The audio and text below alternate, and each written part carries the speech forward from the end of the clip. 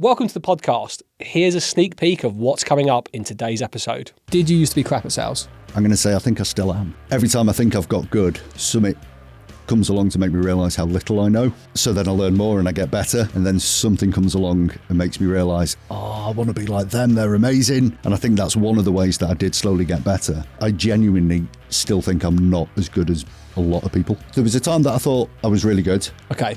I turned up at the on my first day and I was heartbroken, didn't have a clue. I was awful. I was young, I had no emotional intelligence, I was naive. I should have been fired from these jobs, but they supported me and they helped me and I started to get good.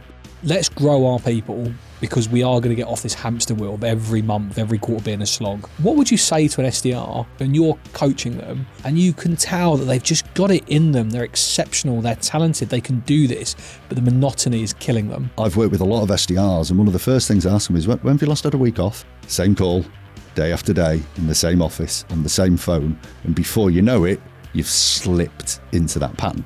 Take a step back, strip it back to the basics, go to absolute bare minimum in your calls. That's the advice you give to managers on how to help their SDRs break this monotony and keep going. The first advice I'd give to managers is... What piece of advice would you give to someone looking to step up into their first leadership role? Ask yourself why you want to do it. Do you really want to be a leader? And it's no longer about you. What's the most common flaw you see in sales managers? Using the myth that they haven't got time to look after their team because everything else should be secondary. Biggest thing you can do as a sales manager is take... Hello and welcome to another episode of the I Used to Be Crap at Sales podcast. I'm your host, Mark Akers, the co-founder and head of sales here at My Sales Coach. We called the podcast I Used to Be Crap at Sales because all of our guests used to be. Today, I've got the director of Sixth Door and the co-host of the Sales Dojo podcast. That's Chris Dawson. Chris, welcome from podcast host to podcast guest. It's great to have you here today. How are you feeling? Very good. Really glad to finally come and have a chat with you, Mark. It's great to have you here. Let's kick it off with a yes/no question. Chris, did you used to be crap at sales? I'm going to swerve the yes/no answer. I'm going to say I think I still am. Okay. Tell me more about that. So my sales career is vast, and I've always looked at myself going through plateaus where every time I think I've got good, something comes along to make me realise how little I know. So then I learn more and I get better, and then something comes along and makes me realise, I want to be like them, they're amazing, and I keep going through these phases. And I think that's one of the ways that I did slowly get better was I genuinely still think I'm not as good as a lot of people. When was the most recent example of when you felt like that? So I don't know if you remember back in lockdown, we ran a show every night on Clubhouse. Yeah, I listened. Yeah. Amazing experience, not lockdown. I know that was grim for a lot of people, but I got to spend an hour every night for 297 days. I think we did it in a row, listening to people from all over the world's take on how to sell. I was just a sponge. I got like 7 notebooks full of this stuff that we were learning from people, from yourself as well, and from Rich. And, for Stephen Hyman's daughter was on there some nights, and people from Bali and Canada and the US and South Africa and everything. And it really humbled me that I'd got into a position where, I was feeling pretty proud of myself, built a successful sales training business, closed big deals. So I'm not saying that I'm a bad salesperson at all, but I still think I'm a millionth of what I could be. I'll give you an idea. Go ahead. So you were just telling me off camera that I'm allowed to say, so I'm assuming, if not, we'll edit it out, but you're writing a book, right? I am at the moment, yep. That's a book there. 7 notepads. Oh, yeah. Worth of learnings. Oh, yeah. Imagine the book that you could write there. Just each page is a lesson.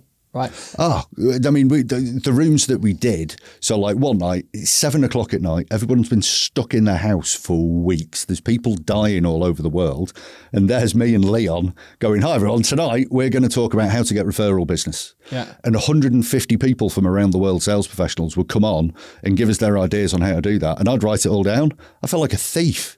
Like we were getting this for free. And yeah, we've got how to get referral business, how to make a cold call, how to handle a price objection, how to deal with your mindset, how to raise VC funding. Could be anything. And I've got notebooks full of it. That is 296 lockdown lessons for sales professionals. I'd buy that book. I'm going to buy your first book that's coming out, but I'm going to buy the sequel. So when you think back to your sales career, one of the questions I love to ask, is there any howler mistakes that you can think back to and share with us?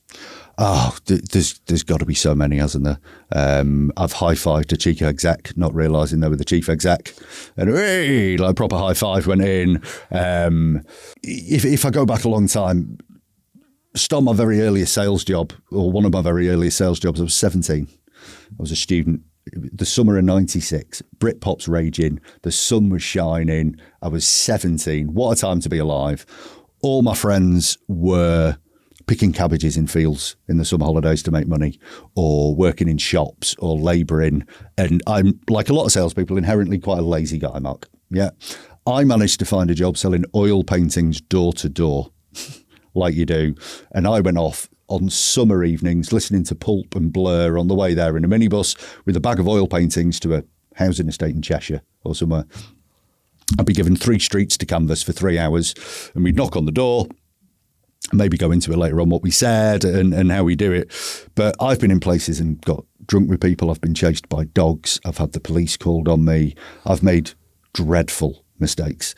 I think one of the biggest I've made was quite recently, and I'm sorry if you're listening or watching this, if it was you, we added, when it first came out, a note-taking function to Zoom. You know, it dictates everything that was written.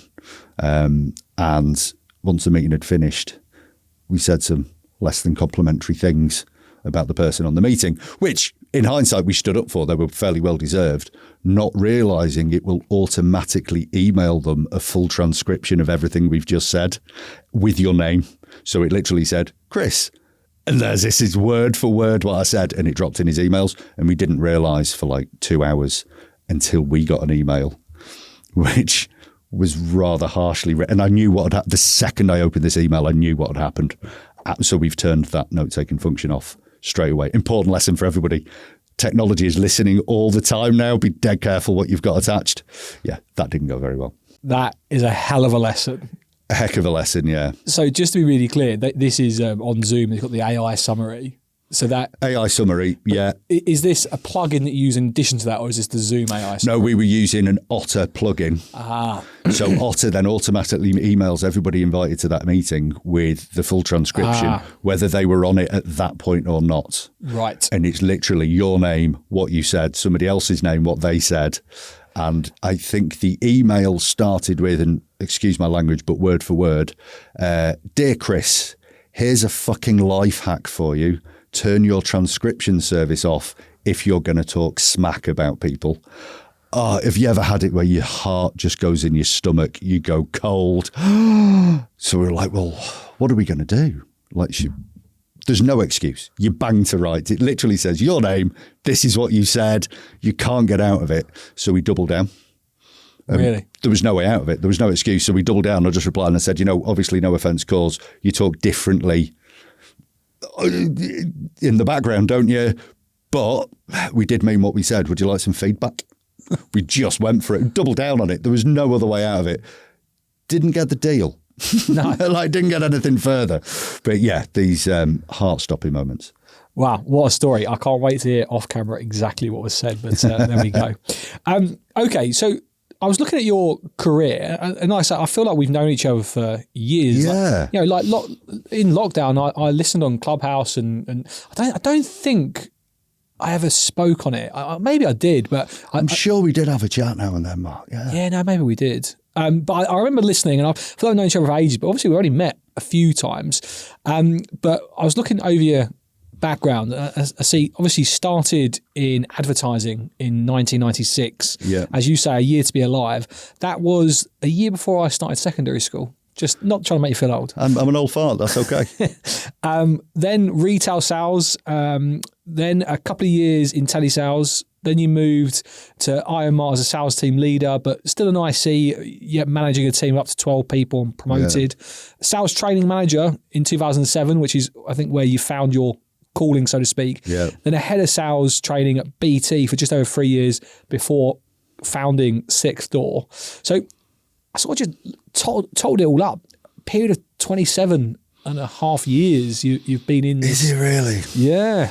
I was going to ask you how long you think you've been crap for, like in that period, because one of the things people say to me is like, I was probably crap at 8 years or 10 years, but obviously you've slightly thrown a curveball in there saying you feel like, and I get that logic. Yeah. Well, let me put some definition on that. There was a time that I thought I was really good. Okay.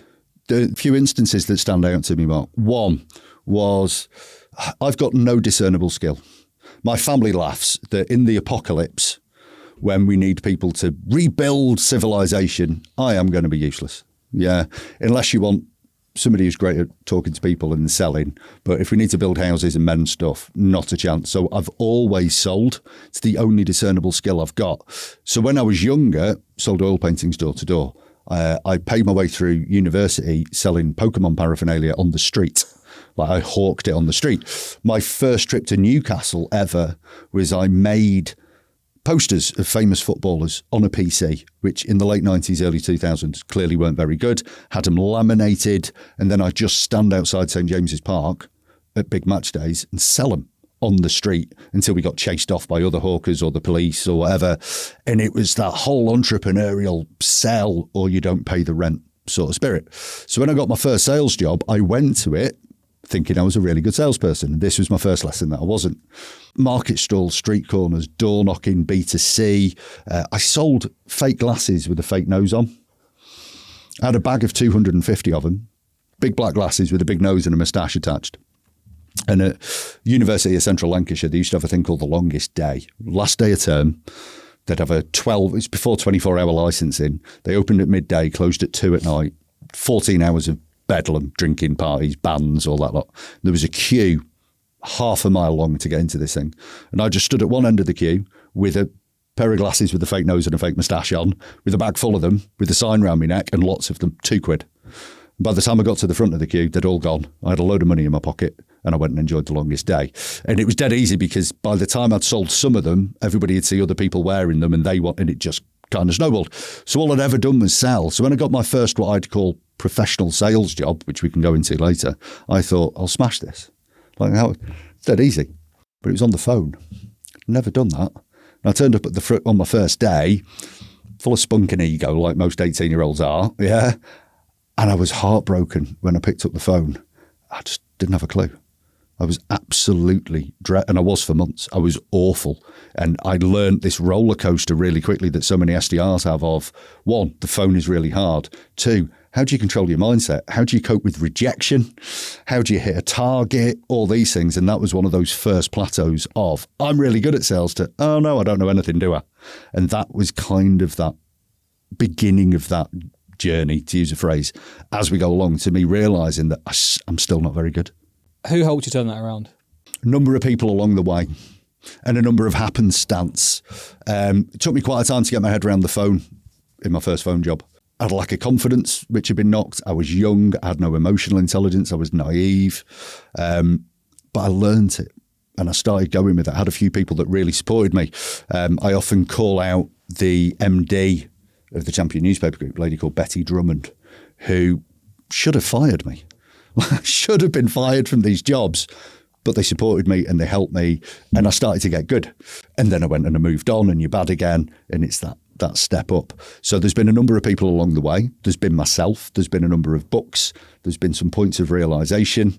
And I suppose at the point in time I am now, it's churlish of me to say I'm not very good at selling. You know, it's that classic imposter syndrome. There's a wealth of evidence to say I am. Yeah. But there's probably a wealth of people out there that would go, no, he's not, he's crap, because they dealt with me during a crap phase. So, yeah, it's an interesting ride. Well, there might be one prospect in particular who just got... There might be somebody there who's pretty angry with me, yeah. No, I know you're being very British and humbling when you say you're not. I know you're a phenomenal sales trainer and coach and really lucky to have your time here today. But yeah, it's interesting that ego that you would have had going into your first job. And I understand that, like, actually, you know, some very entrepreneurial at a young age, and you seem to have lots of stories. I'm sure we could spend half hour talking about all the ways you made money and sold at an early age. Oh, yeah. But let's talk about that first job then. So how did you go from that humbling moment to being a team leader at IOMAR? Because that's quite astounding. You say you should have been sacked and you weren't. How did you go from that to that? So, very potted history was I got really good on the phone, started beating target. Then I decided to go to uni because at the time in the 90s, that was the thing you had to do if you wanted to get anywhere. Sales wasn't recognised like it is now, but I sold stuff to pay my way through there. One of the jobs I got at uni was a clothes shop, and it was you got commission on the clothes that you sold. So it's a different type of selling again, hustling for clothing. People would come in, we'd have DJs in the window. It was a really cool clothes shop, and you just go over with a cup of tea. First thing I learned, make them a cup of tea. Because you've got them for 20 minutes then because they've got to drink their cup of tea and you can chat about it. Oh, I thought you'd see those are new in. Oh, yeah, you're right. That would look good, wouldn't it? And off we go and we're hustling for clothes. Why? Because we got commission on how many clothes we sold. And I was all about the commission. But then I wasn't making enough money because there's no money in retail. So I looked for where's the more money. And I got into what I would class as my first proper SDR role, which wasn't recognised like that back then, but they had a really good basic. For the period, dreadful for now, for the period. And that attracted me is that if I get commission on top as well, I've got a bit of security and off we go. And when I started, I'd been hustling clothes. Again, I was at that ego point and I went in and I actually smashed it really well when I started off. But it was my first full-time SDR role. And the thing I hadn't learned at that point, I'd learned to objection handle and open a call and put the call time in and the dials. What I hadn't learned was the mindset thing. So I started off really well with my ego, with my skill. I was doing great. Then what I'd not learned is how to deal with the monotony. That started to get to me. Not to deal with the bad week when you inevitably get it. I was still only in my early 20s. I didn't have the EQ to deal with that as well. How to separate what's going on outside the office from inside. It was that extra part that I'd not learned then. And that was the next plateau. I went downhill again there. And it was like steps. Going up a plateau, I'm not that good, up again, until I eventually got on that thing. One of the big things that did help with that was, and I don't know whether anybody listening to this can empathise with this, I moved offices. I was with a certain group, a certain place with a load of people doing it in a certain way that just I didn't gel with. I didn't like going in the office in the morning. I didn't really want to be there. I wanted to get the call over with, and it put me in quite a dark place, as anybody who's been an SDR can testify to. And I moved offices to the same company, but to a different place with different people, with a different leader, with a different outlook. And it was like a fresh start. And I really took off then. And again, just up these steps. And then you don't realise it. You're suddenly a lot better. It's like a sport or learning to drive or anything, because it's so incremental. You don't realise till you look back how much better you've got. And then I started getting consistent on target and helping other people get consistent on target and learning new ways and then reading books. And I think the biggest pivotal moment at that point was I took it seriously all of a sudden. There's a lot you said there that I'd love to dive into. I think that last bit of taking it seriously is a big thing, because I think a lot of people fall into sales. Well, I mean, we all do. Yeah, exactly, right. And we do that almost. I can't do anything else. Yeah. I'll take that job, or I need money, or this. I'll do this for a little while, and it's that realization of actually this is a skill. This thing that I do that pays my salary, that pays for my mortgage, funds my lifestyle. This is a skill. If I can fine tune this and you take it seriously, I can make more money. But the bit I really want to ask you about is a challenge that I see SDRs have themselves, but managers have with SDRs, the monotony. Yep. So let's think about it, first of all, from an SDR point of view, right? We know how important that role is. Yep. Like, it is vital. It's a bit pipeline fixes almost every problem. But it's monotonous. Yep. Every day it's the same thing. Let's talk about the SDR first, and I want to get to a manager, but what would you say to an SDR and you're coaching them and you can tell that they've just got it in them, they're exceptional, they're talented, they can do this, but the monotony is killing them? Yep. What do you say to them? How do you coach them? There's a number of things. You know, one thing I've really noticed within the SDR world as well, and I don't know whether this is just me that's noticed this or if you relate to this, people don't take time off. People become obsessed with the role and they've got a target to hit and they feel they can't take any time off. And I've worked with a lot of SDRs, and one of the first things I ask them is, when have you last had a week off?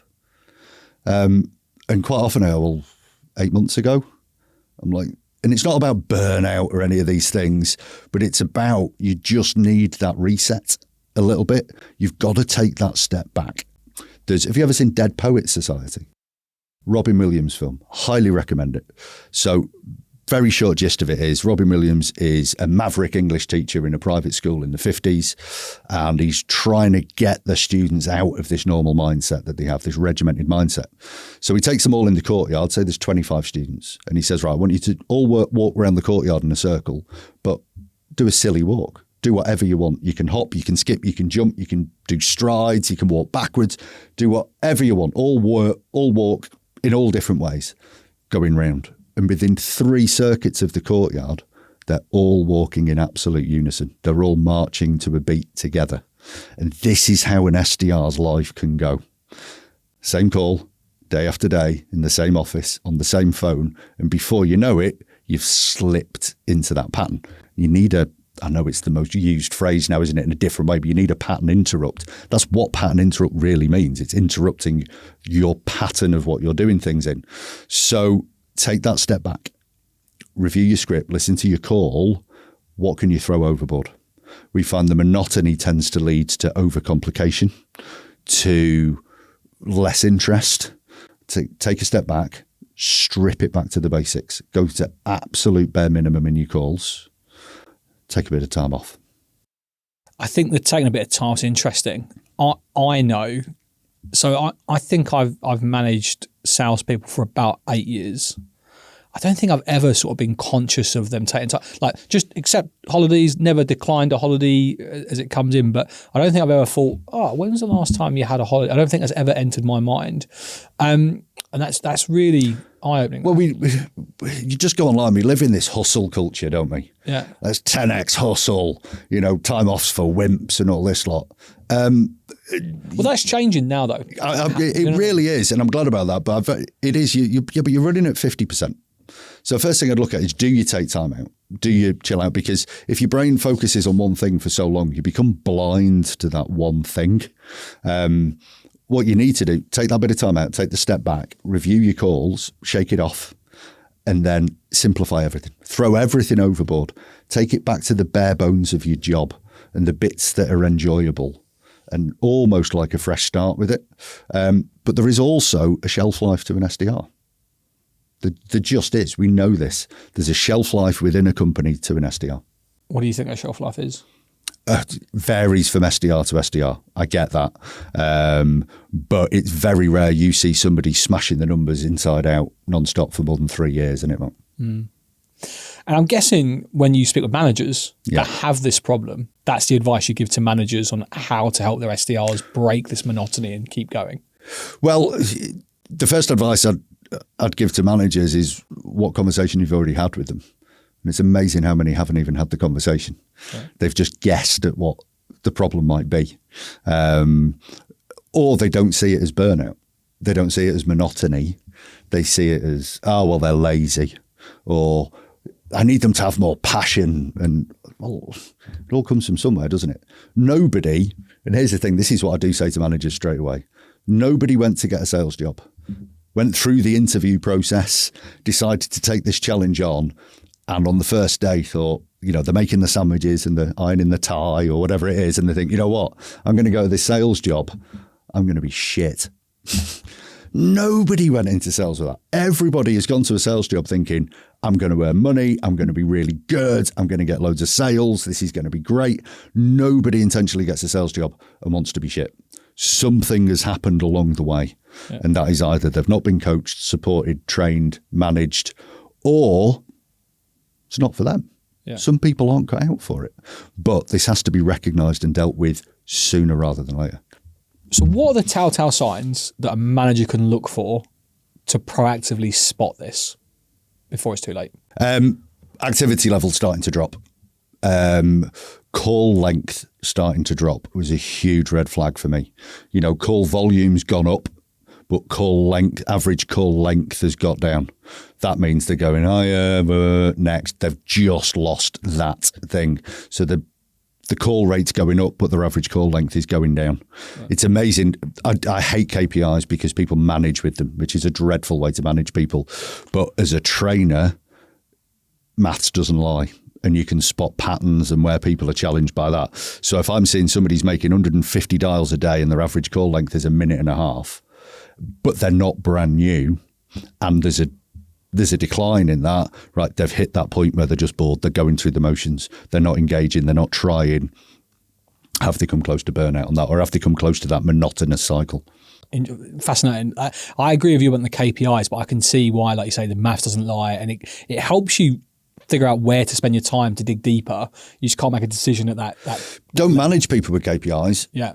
Coach and support people with KPIs. You know, first thing I'll look at when I go and meet a team. So right, here's Sharon. Here's her call stats that they've got from whatever system that they're using. If I can look at, right, they've done 60 calls today. Their average call length is 5.5 minutes, but they haven't booked a single qualified meeting. Well, they haven't got a problem saying hello, starting a call, having a conversation, getting past early objections, whatever.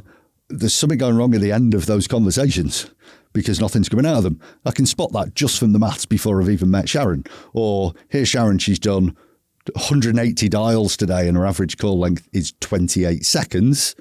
Right, you're not getting anywhere near a conversation. Let's look at your call list, your sheet, your messaging, your voice tone, how you're opening the call up. We could do that before we've even listened to a call. Yeah. But that is not management. That's coaching and development and support. It's using the data to find the clues where to spend your time. Exactly. The clues are right there. So here's what I want to focus on now: leading, training, and coaching sales teams. Yeah. Let's look at it first of all from inheriting a team. So you've inherited sales teams a couple of times by the looks of things. Yeah, we've built them around me or whatever, but I've had sales teams, yeah. What advice would you give to someone that's about to inherit a sales team? Straight advice is put your ego in the bin. And this is the thing. Quite often people have inherited a sales team because they're a good seller, which is no reason to give somebody a sales team because it's almost the opposite skill set that you need. So one, put your ego in the bin. You're now a leader. This is not about you at all.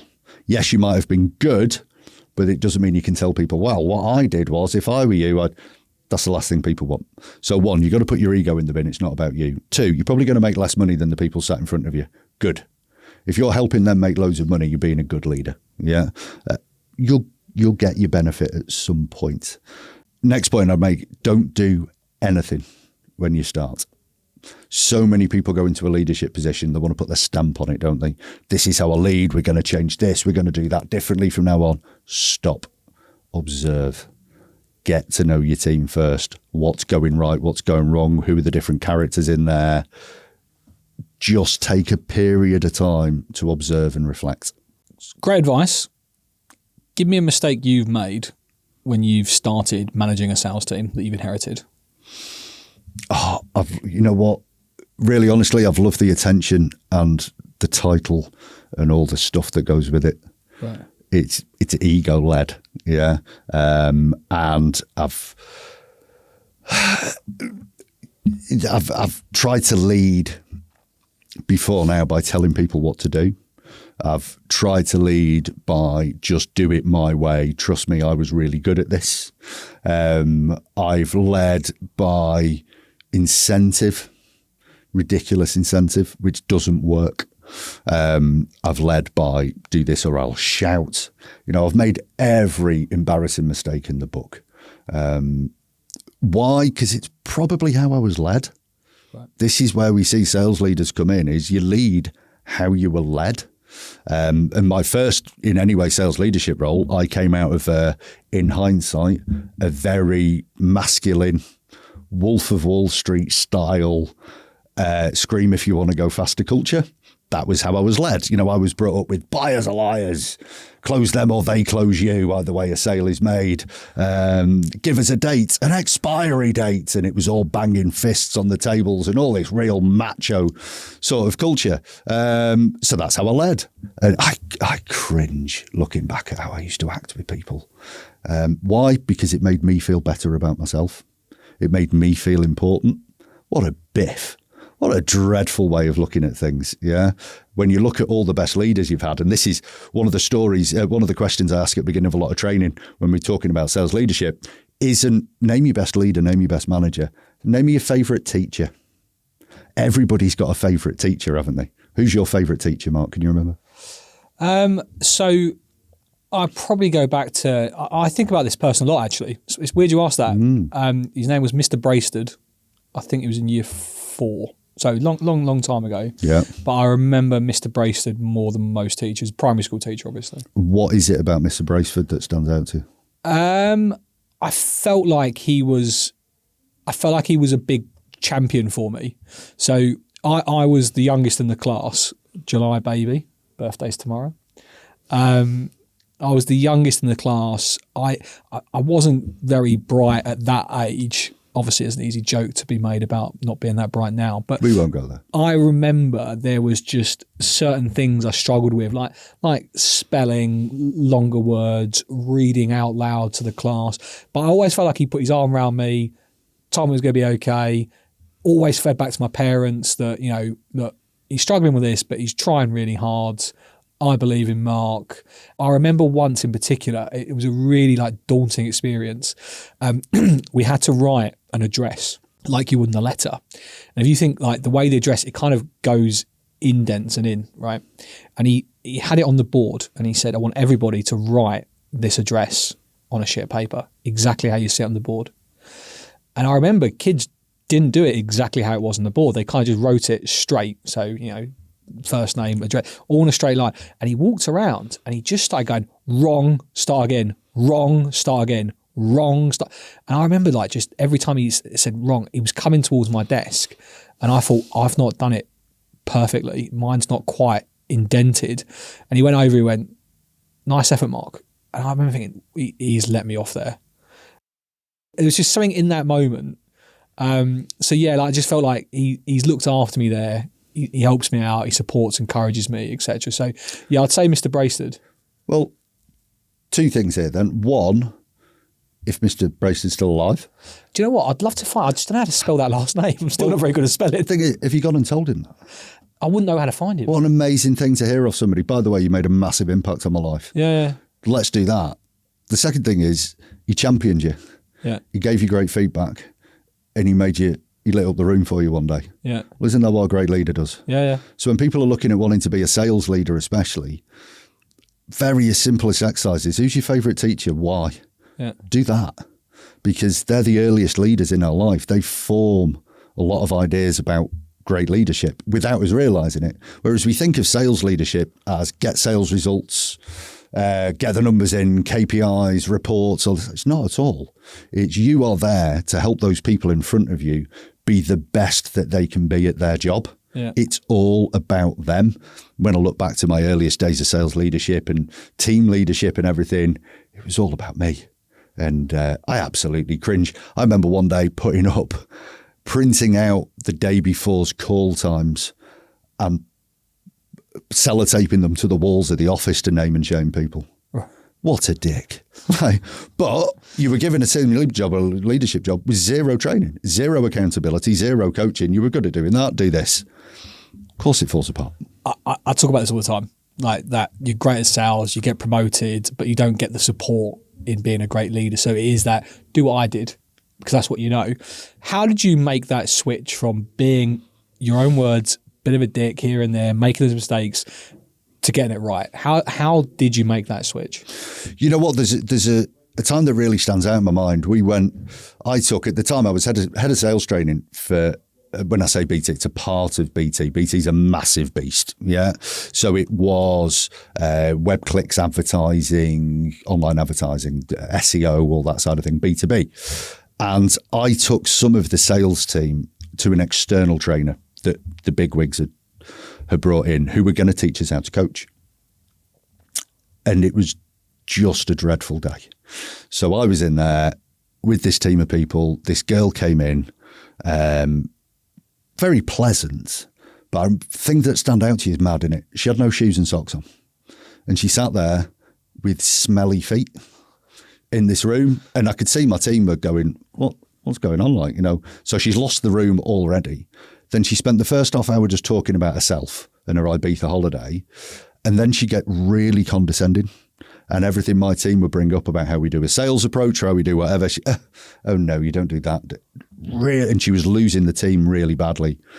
And we got to one point where I took this trainer to one side and I said, I'm really sorry, I'm taking my team out of her. And I didn't know, I suddenly felt quite paternal towards them. Right. And I remember saying, we don't have to, it's a waste of our time. We don't need this. You don't have to be spoken to like that. We're going. And I suddenly felt, oh, that felt right. That was the right thing. And you know, when things just click in your head, and I need to be more paternal towards them. Right. I need to put them first. I need to have the wherewithal and the freedom to go, no, this is my team. This is what's going to be best for them. Everybody above me, you've put me in this position to lead them well. Leave me to it. Give me some feedback. And I took them out. And I wrote a very politically worded email about why we'd done that. And the feedback I got was absolutely the right move. Very well done. Like, you showed leadership. And I was like, right, I kind of get it now. It's not about me. And it kind of built up from there. How easy is it for you when you work with sales leaders? Because typically when a sales team's underperforming, I look to the sales leaders straight away. Yeah. How do you help them go on that journey from realizing that and actually changing? Because it's not their fault. They've been put in that position because of their ability to sell, but now they need to change. How do you work with them to change the way in which they approach their job to get the best out of their team? Yeah, it's a challenge, isn't it? So the first challenge is it's usually the sales leader that's involved in the decision to bring you in the first place. Well, yeah. And how I operate is I'm going to find out what your problem is first and then design and build training to solve that problem. Not just, here's a course on this. That's pointless. And quite often we find out your sales team are actually quite good. They're just not being led particularly well. And you've got to be careful with that conversation. So the first thing we look at is, and the first bit of discovery we do is, tell me about how often you give them feedback. How often do they review their own meetings, their own calls? Show me their action plans that they've got. What are they each working on personally right now? None of that can be delivered. All right, tell me more about that. Has that ever been in place? Tell me about how you get led. How do you get coached? When do you get feedback as a leader? And we just try and bring this consciousness up of, oh, there's this whole layer of support missing right now. And then the second part is, we will not sell your training if you don't take follow-on coaching. We've got to embed it, or a program for that company to embed the training afterwards. So I think I know the answer, because I'm with you. Standalone training doesn't work. No. You need the follow-on coaching. But how are you absolutely strict as you will not sell stand-off training no matter what the circumstance without the follow-on coaching? No, because you can't operate a business like that. Right. We will say, here's your follow-on coach options. This is why you have it. What we are strict on, though, and we very openly say, if you just buy a one-off half-day course to solve a big problem, keep your money. Yeah. It's a sticking plaster. It just doesn't work. Because if it did, why wouldn't you spend 50 quid on Amazon, buy everybody a book and hope they read it? Because all you're doing is hoping they're going to use the training. It's exactly the same thing. What we hear is, well, if we could just do a course on this, everything will be fine. Well, no, it wouldn't, because that's just not how it works. How are you going to embed it? How are you going to follow it on? How are you going to do this? Now, if they want to do it, that's fine. You know, we're a business at the end of the day. We'll sell the training, but we will sell it with them open eyes. We'll tell you right now, this won't work. I think the problem there, and tell me if you think I've got this wrong, but the sales leader just lives too much in a month-to-month, quarter-to-quarter cycle of what can we do to get a quick win, to get a quick fix. Yeah. They're not thinking, right, let's grow our people because we are going to get off this hamster wheel of every month, every quarter being a slog. Yeah. Let's grow our people.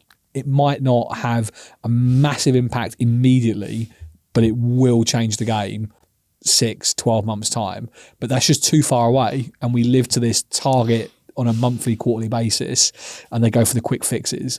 I often see sales leaders, when they opt for growing the people that they tell me aren't good enough, they lack X, Y, Z skills, or giving them more leads, they go for more leads because they think, well, just quickly, there's more volume. And I always say, but you're just giving people that ill-equipped more things to muck up with. Yeah. How often do you walk away from a deal because you just get a feeling from the manager, this is a waste of time? They're the problem. Oh, yeah. And there's red flags that over the last 13 years I've started to spot straight away. Here's a big red flag, and without shooting myself in the foot for business, when HR contacts me about training. And the first, right, what's made you first think that you need to invest in training? I've been asked to find some training. Right. This is a tick box exercise, isn't it? So HR can say, we've done training. And it's short-termism. And I get it. Amount of people that will get inbound looking for training. Right, well, we can't really take everybody out for half a day. Well, if your business model can't survive when you invest in your team for half a day, there's a much bigger challenge going on here, isn't there? Oh. There's a much bigger problem going on here, that if you can't take the team out for just half a day to do long-term investment and develop them, then we need to dig a lot deeper on that. And yes, there is a cost to a business on taking people out to train them, but all that says to me is you don't really believe in the power of the training. Let's talk about training and coaching. First of all, I feel like I have a very clear, distinct definition of the difference. Yeah. But I want to hear your definition of the difference. What's the difference for you between training and coaching? I've often tried to sum this up. I don't know who said it, so if I'm stealing somebody's quote, I apologise. It definitely wasn't me. Training is answering somebody's questions. Coaching is questioning somebody's answers. It's a clear definition for me. Training is taking some people that need some new skills and helping them develop those skills and showing them for the first time. Coaching is questioning somebody so they come up with the answer themselves. So it's more long-term. It's embedded. It's making them realise, actually, you can do this already. It's just getting it out of them. So let's imagine we are a sales manager. We've got that team and they resonate with the following. Every month, every quarter, it just feels harder than what it should be. It's a bit of a slog. We sometimes get there. We sometimes don't. Sometimes we overachieve, but it's a hamster wheel. We know that if we want to change this, we need to grow the team, their confidence and competence. What is the key to successfully training and coaching a sales team? $1 million question. If I could answer it in a sentence, I'll be sat on a yacht doing this interview right now. There is no silver bullet is one. So let's strip that right back. You mentioned two things there, competence and confidence. Yeah. Let's put confidence in the bin. Okay. It's a made up word. There's no such thing as a confident person. We're just more or less confident in different situations. So first of all, I wouldn't even consider looking at the confidence piece. Confidence comes with feeling comfortable knowing what you're doing. Yeah. Confidence comes with being in a situation that you're confident in. So right now we're in this fabulous studio that you've built doing this great stuff. Say I was an unconfident person. I didn't want to pick up the phone. I didn't want to ask deeper questions. I didn't want to ask for a next step because I'm not confident. Suddenly a tiger walked in this studio now and I was the only person to have seen it. I wouldn't go, well, I won't mention that tiger because I'm not very confident. I'd suddenly go, there's a tiger. Yeah. Everybody out. Suddenly I'll be really confident. Why? Because the situation's changed. So don't worry about confidence first. Change the situation and the confidence comes. How do you change the situation? Well, you have to deal with the world as it is, not the world as you'd like it to be. So first of all, you've got to put to one side, what are your perceptions of what's going on and what's actually going on? Because there's no point dealing in perception. So point A, what can you actually observe, not feel or perceive or have an opinion on?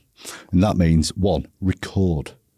Are you listening to what's actually being going on? Have you got your ear to the ground on what's being said and done? Not the feedback on it, what's actually being said and done. Are Teams meetings being recorded? Are you on the road with your team, sitting, watching what's going on? Are you having meetings about CRM and pipeline and questioning, okay, you've put them at 80%. Tell me what's going on, why they're at 80%. Oh, we got on really well. They had nice biscuits. Right, this is all perception. So rule one is you've got to deal with the world as it is, not as you'd like it to be. And that means you've got to either get the tech or find the way to observe what's actually happening with your team. All training and coaching has to start from that point, or you're just going to end up in an echo chamber. I love that. One of the questions I like to ask sales leaders when they tell me the problems their sales team have, I like to say, and just so I understand, do you think that to be true or do you know that to be true? Yeah. And it's amazing amount of time they go, I think that's true. So one of the challenges that I I hear from sales leaders is, let's move on from they've been promoted and they're a great sales rep and they lack knowing how to do it. But actually, it's the challenge of managing and training and coaching salespeople. So the different personalities, the different needs, the different skills and competence gaps. Lots of the personalities might be similar in terms of level of ego, etc. But it is just, how do I take, let's just say the average person's got 10 in their team, but it's typically between 8 and 12, right? Yeah. How do they approach that? Lots of people just opt for the blanket approach, a man in a room, woman in a room, on Zoom, whatever, teaching the same thing. Doesn't work because of the different needs of the room, the different egos, different personalities. How does a manager break that down and create a successful training and coaching plan? It's a great question because we've said it before, and I know there's lots of different iterations of it, isn't it? But managing a sales team is trying to get cats in a basket while the basket's on fire and you're in a bed of nettles and just a swarm of wasps has just been released into the office. But it just isn't. We're just dealing with people here. So how do you build it? Well, first of all, first question I ask in most training situations, how do I benchmark it? I'm doing observations. So I'll go, right, point A is this is what I've observed. Point B, what would a world-class sales team do? That's point B. The bit in the middle is what that training and coaching program needs to be. So this is what we've observed. And if you dotted everybody on a line, they're at different places on that line. But A is what's been observed that is actually happening now. And how different is everybody? Point B, we have to agree, what would a world-class sales team look like? What would have to be different here to be at the other end of the line? And then everybody individually's got a different way to get to B. So some might need really intensive one-to-one coaching. Other people just need a nudge here and there. Some people just need a wake-up call. Here's a bomb. You could probably halve the size of your team. Some people shouldn't be there. It's a really horrible thing for sales leaders to hear. But most sales teams could get the same results on about 50% of the headcount. How often do you recommend that? Case by case basis, isn't it? But isn't it amazing? You see a lot of teams lose people and, we'll just infill for now and nothing changes. Yeah. Look at lockdown. How many people got furloughed? And then sales leaders went, well, you've not actually been here for 3 months and your sales results haven't changed. Yeah. What have you been doing? A lot of people got found out that way. And I know that's a really harsh message, but it's a fair message. Yeah. Really see what's going on. Talk to me about the lone wolves, the sales reps that do things their own way. I'll often hear managers describe those people in the team and they don't know what to do with them, right? They say, I don't think they respond well to training and coaching. They're sort of hitting their number here and there, but equally they're vulnerable because they could just leave at any point and they rely on them, etc.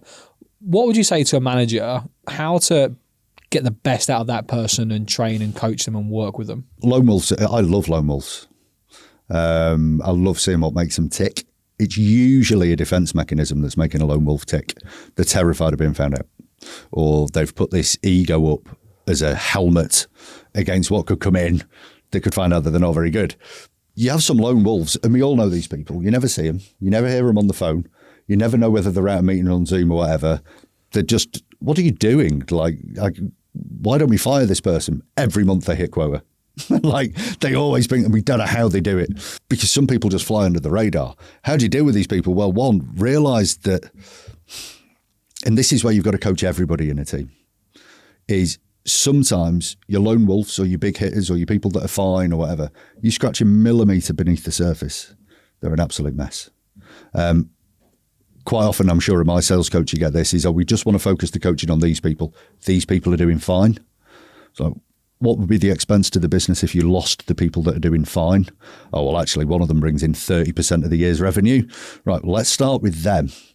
Because if you lose them, that's going to have a massive impact. And you go out for coffee with them and you have a chat, tell me a bit about this, how's that working out, blah, blah, blah. And you find out they're 2 weeks off handing the notice in. But they never have that chat. They never get looked at. They never get taken out for the coffee. Why? Because they're always doing fine. They're a big hitter. They love it. They're doing great. Be really careful with them because These are humans. They're going to be fragile. So with your lone wolves, with your big hitters, with whatever, you've got to treat them the same as everybody else. Just a good coach should be able to adapt their coaching style for the person that's put in front of them. Fascinating. I think like the challenge you see there is the lack of confidence. Yeah. To take that lone wolf on, particularly when if they're a lone wolf and they're in the business, it's because they're doing well. But there is some phraseology in there, isn't it? Take them on. It's really, people see this is going to be adversarial. Yeah. If you only ask questions, you cannot be adversarial. It's only adversarial when you tell people what to do or give them advice. Nobody wants advice, do they? Oh, if I was you, what I'd do. Nobody wants that. Put your head in the bin. But if you ask somebody a really good question, it's not adversarial. You'll make them think. And you know what? They won't respond at first anyway. But you cannot not answer a question. You can't not answer a question. Who sang Thriller? Don't even think of the answer. King of Pop. You can't not think. What did you have for breakfast? Don't even think of the answer. I didn't have any. You can't not. Yeah. I was running a session the other week and we were talking about questioning skills, coaching questioning and discovery questioning. We said, right, let's talk about some questions that are nothing to do with sales. Try to not answer this question. So, right, okay, we'll go, right, let's do some slightly deeper questions. I'll ask you them now, Mark. Okay, you don't have to answer them. Let me see if we can make you think. Okay. What have you put on hold in your life that you shouldn't have done? Losing weight. There we go. So it's not too deep a question, yeah? What sort of person do you know you're capable of being that you wouldn't want to be? Oh, this is deep. What sort of person am I capable of being that I know I wouldn't want to be? We can obviously edit out the thinking time. Well, no, I think the thinking time's great because if you don't need thinking time, it's not a very good question. So if you think about when you're coaching somebody, if you're asking questions that are at the front, have you got glasses on? Are you wearing shoes? Have you had a good day? How do you think you're doing? They're just answering straight away because you're not engaging them. They're not making people think. Yeah. If you ask a question where you have to go in your hard drive, so 90% of the human brain is hard drive. Everything you've ever thought, smelt, touched, experienced in your life is in there. Challenge is we've got a shit RAM. We can't access this stuff very easily. Then randomly, you'll be in a department store or something and you'll smell something and your brain goes, oh, Christmas Day 2010. What? And smell can bring back a bit. Everything's in there. In the same part of the brain where all that's stored is where your emotions live. Now, if all decisions are irrational, which they are, all decisions are irrational. So best definition I've ever heard of what a decision is a prediction of how you're going to feel. So think of any decision you ever make. It's a prediction of how you're going to feel. So what sort of coffee would you like? Right, you're predicting how you're going to feel when you're drinking that coffee in the future when you're having that. Tell me about your ideal holiday. Well, what holiday should we book? We'll book that one. Why? Because I've predicted how I'll feel sat on that beach doing that. Here's a menu. You're predicting how you're going to feel when your food arrives, when you eat it, when you taste it, when you feel full. Everything is a prediction of how you're going to feel. So it's an emotional decision. Only a good question can get to that part of the brain where the emotions live. And it's the emotion that will make a decision, and whether that decision is to buy something as a salesperson or to change something as a salesperson should. So a good coach, a good leader doesn't need to be the best salesperson. They don't need to have the answers. They need to be really good at helping the person you're talking to come up with the answers. So was that almost like the point then where the first question just gave you an answer? The second question, I really struggled and I was trying to think too deeply. You've had to use your RAM to go back into the part of your brain where emotions and memories live. Yeah. And thoughts live. Now, sometimes, and this is the bit that I love when you're coaching people especially, they can't find the answer in there. It's in there. Yeah. But they're rooting around and they go, I just don't. You know what will happen 3 days later? Up comes the answer. Have you ever listened to a song on the radio and go, I loved this. Who was this by? And you just can't remember the band's name. And you carry on with your day and that's it. 3 days later, you're having a shower or something and you go, REM. Where the hell's that come from? The answer just pops into your head. Second you've been asked a question, that part of your brain just keeps working on it. So if you've got your lone wolf, if you've got your big hitter who's not sure what to do next, get better at asking them the questions that will make them think, because they're the only person that's going to change themselves. Can't convince anybody of anything. Here you go, Mark. You've got a day and you can have a day out, okay? Yeah. You can go wherever you want for this day out within budget and physics, yeah? Yeah. A favourite place, but it's entirely up to you. The weather can be as great as you need it to be. And you can invite anybody you want to come with you on this day out. However, at the end of the day, wherever you are with the people that you've gone with, as the sun's going down, it's going to be your last day. You're going to die that evening. This is the last time you're there with these people ever. Where do you go? Who do you bring with you? And as the sun's going down, what do you say to them? Bloody hell. Do you actually want an answer to that? No, but you'll have one. I'm starting to feel emotional. But you'll have an answer at some point. It comes in. Why? Because it's a question. There's the emotional part of the brain. That's where we're going. Yeah. Now imagine if in sales and in sales coaching, you can help somebody feel what it would be like to work with you, feel what it would be like to have their problems solved, feel what it would be like in 3 months once this big, awful problem's gone away. Well, they're now coming up with that decision to buy or to change their sales approach. Why? Because a decision is a prediction of how you're going to feel. If you can't help somebody feel, you can't help them predict how they're going to feel. There's no decision there to be had. And all a great coach is doing is help somebody make the decision to change. And a lone wolf can make that decision to change. A top hitter can make that decision to change. But until they make that decision, you mentioned before, Mike, I hope you don't mind me saying that, putting off losing weight. Yeah. Until you've made that decision, it'll never change. I know people who are trying to quit smoking, but they've not quite decided that they want to quit smoking yet. They'll never quit smoking. So lone wolves, top hitters, run-of-the-mill, whatever, great coaching with salespeople is questioning their answers, not answering the questions, because that's where all the good stuff lies. What an amazing bit of dialogue you've just given us there. Yeah, incredible. I'm always slightly taken back because I'm still just emotionally thinking about this day. And it's so funny, the day changed in my mind because first I was thinking, just go somewhere with the wife. Well, actually, my first answer was do something by myself. And then I thought, oh no, you should probably take the wife along. And then when I heard the end bit, I was like, well, I need my kids there. You know, and now we're not doing anything for me and the wife. We're doing something for the kids. You know what I mean? Like, what a great question. Really sort of gave me... Don't get me wrong, these aren't sales questions. I don't want people listening to this going, in this meeting today, I know. So here's one for you. I was doing some training the other year. Great group of people around the table.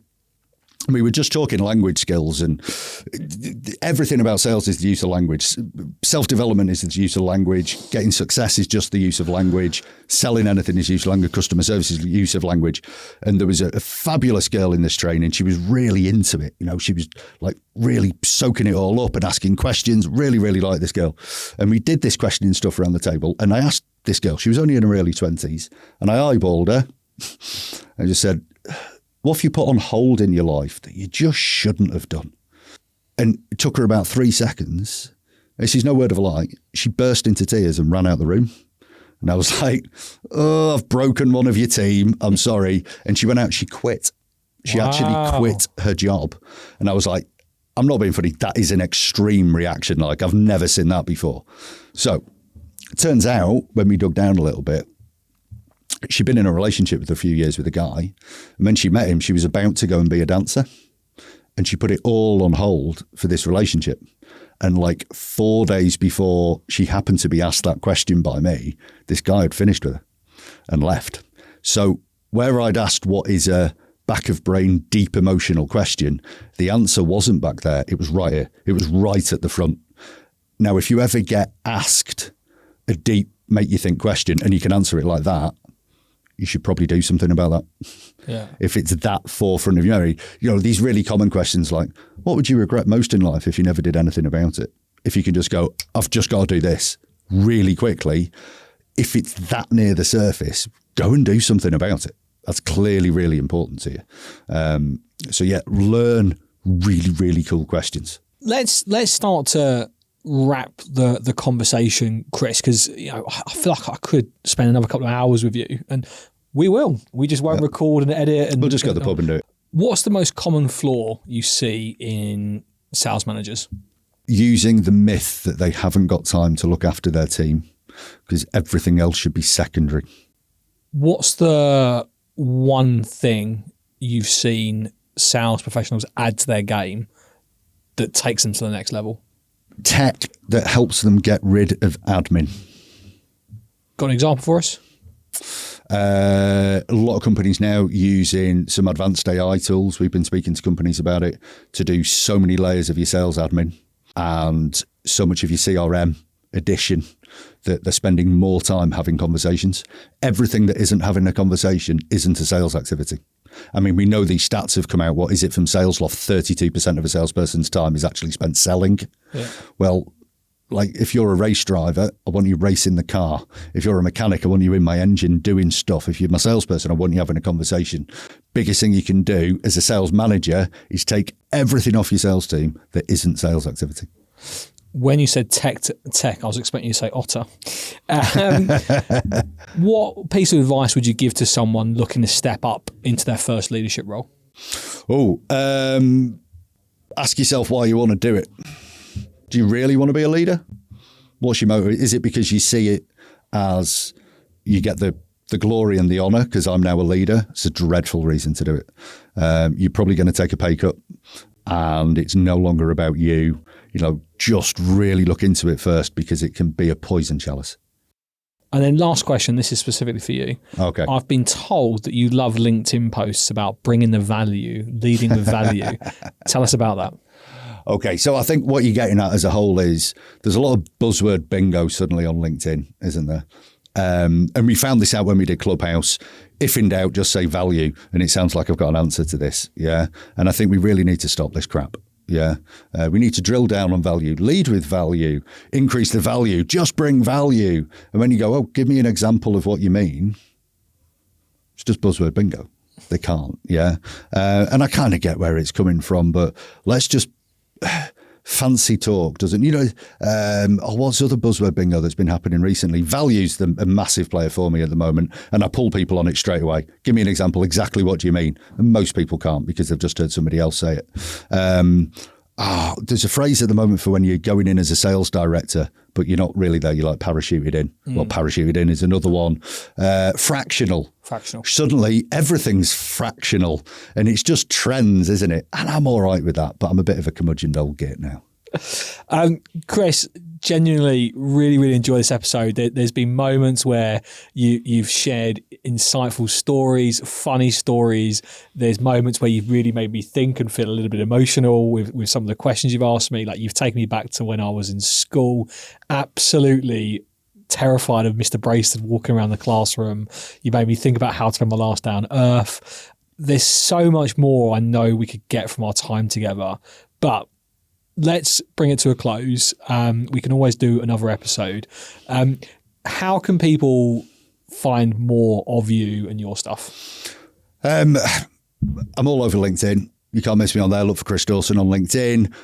Go and find the Sales Dojo podcast. That's on Apple, Spotify, Amazon, everywhere you go. Go and look for Sixth Door, which is the worst business name ever because what is it? Floor Sixth? How do we spell that? Just Google sales training Liverpool, sales training UK, sales training Northwest. You'll see me pop up. If they want to chat, you know what? Phone me up. Nobody phones you up anymore, do they? They should do. I'm welcome to have a chat with anyone. It's been great having a chat with yourself, Matt. Love that. Thanks, Chris. Thanks for coming on. Cheers, man.